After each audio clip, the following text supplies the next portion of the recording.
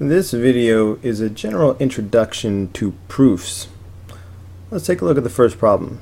Given that D is the midpoint of segment AB and K is the midpoint of segment BC, what statement must be true?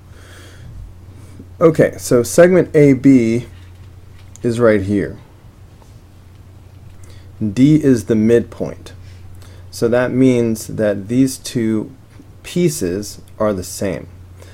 I find it helpful to use made-up numbers sometimes. So, for example, imagine that these are both 5. Now, K is the midpoint of segment BC. So segment BC is over here. All right, that means these two pieces are equal to each other.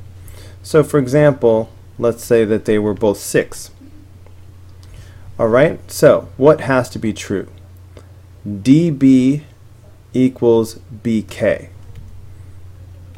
Okay, so DB, does that have to equal BK? No. For example, this could be 5 and this could be 6. All right, so that would be, that doesn't have to be true. Okay, B is the midpoint of AC. Okay, using the little example of made-up number, you can see that the blue side is 10, whereas the red side is 12. So B is not the midpoint. So nope. Okay, D bisects AK. Alright, bisects means cut in half. So is D the midpoint of AK? No, D is not in the middle between A and K. Using the little numbers, from A to D is 5, but from D to K is 11. So that's not going to be true. Okay, so hopefully the last one is true because that's the only one that's left. AK plus BK is equal to AC. All right, let's check that out using my little numbers here. AK, okay, so from A to K, that's 10, 16. So that's 16. And then from B to K, that's 6.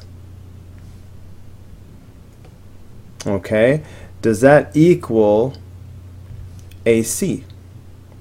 So let's see, from A to C, that's going to be 10 plus 12. So that's going to be 22. Okay, would that be true? Yes, that would be true. 16 plus 6 is 22.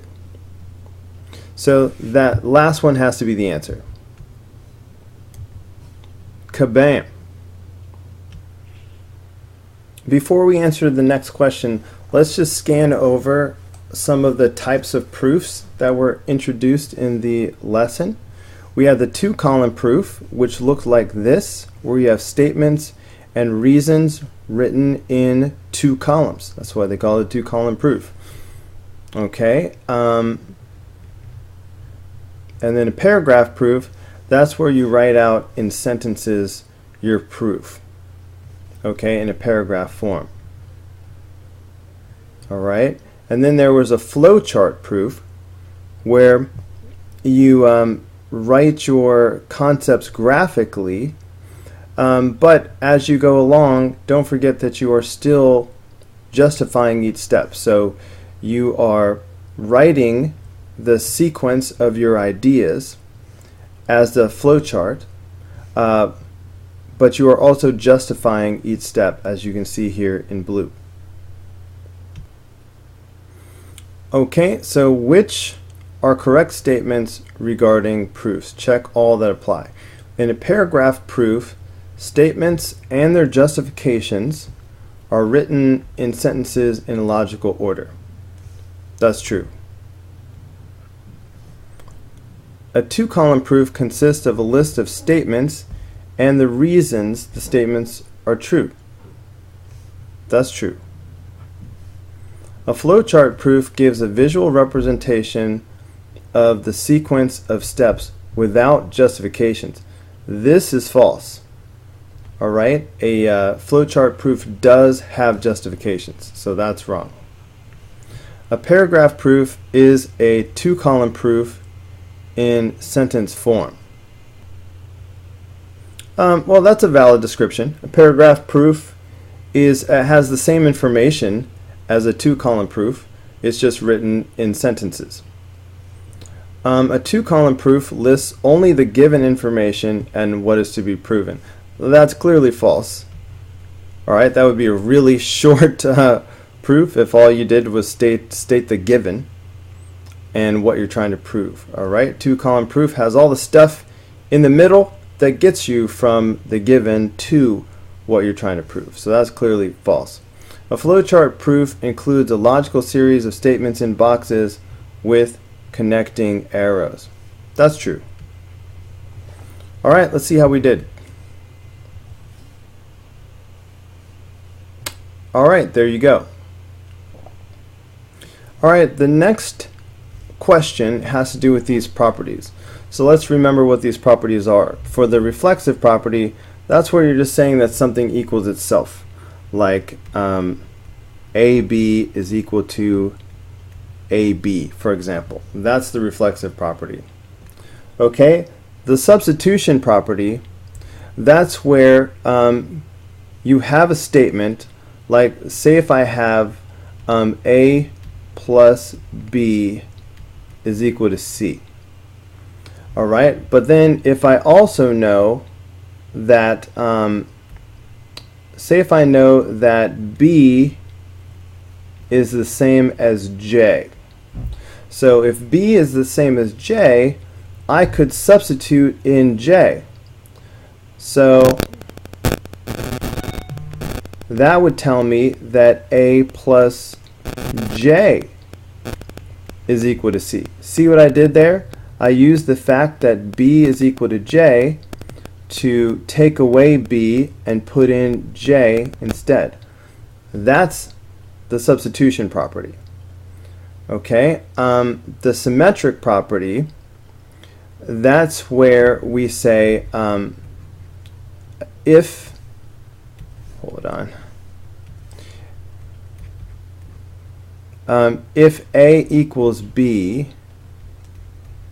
then B is equal to A. That's the symmetric property. It's just saying that an equation works both ways. If the left thing equals the right thing, then the right thing equals the left thing. Alright, now transitive property. That's the one that's like a chain of events. Alright, that's the one where we say if A equals B and B equals C, then A must equal C. That's the transitive property. Okay, so keep that in mind. So here we have A is equal to B, and then they have this equation. So I'm just going to simplify this down. I'm going to take out the angle symbols just to make it a little bit more clear. They're saying, look people, A is equal to B. Alright? That's a given.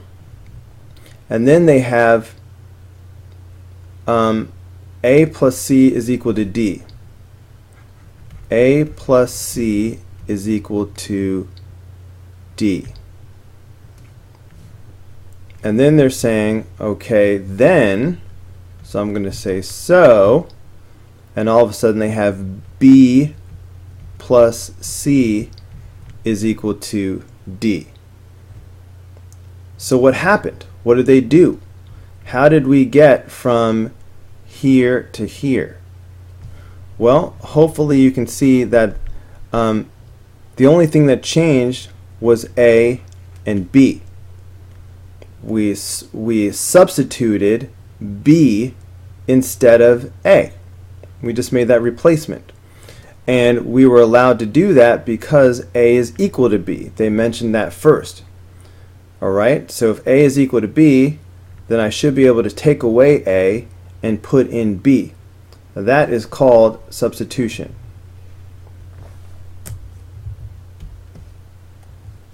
Boom. Okay. Alright, so notice it is not the transitive property, which would have been more like if A is equal to B, and then B is equal to C, then A is equal to C.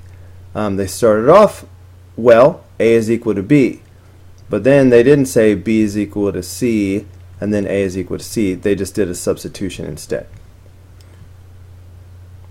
Okay, look at the next problem. Given that angle CEA is a right angle, they even have it little labeled with a little box, and ray EB bisects the angle. That means it cuts it right in half. So here's ray EB.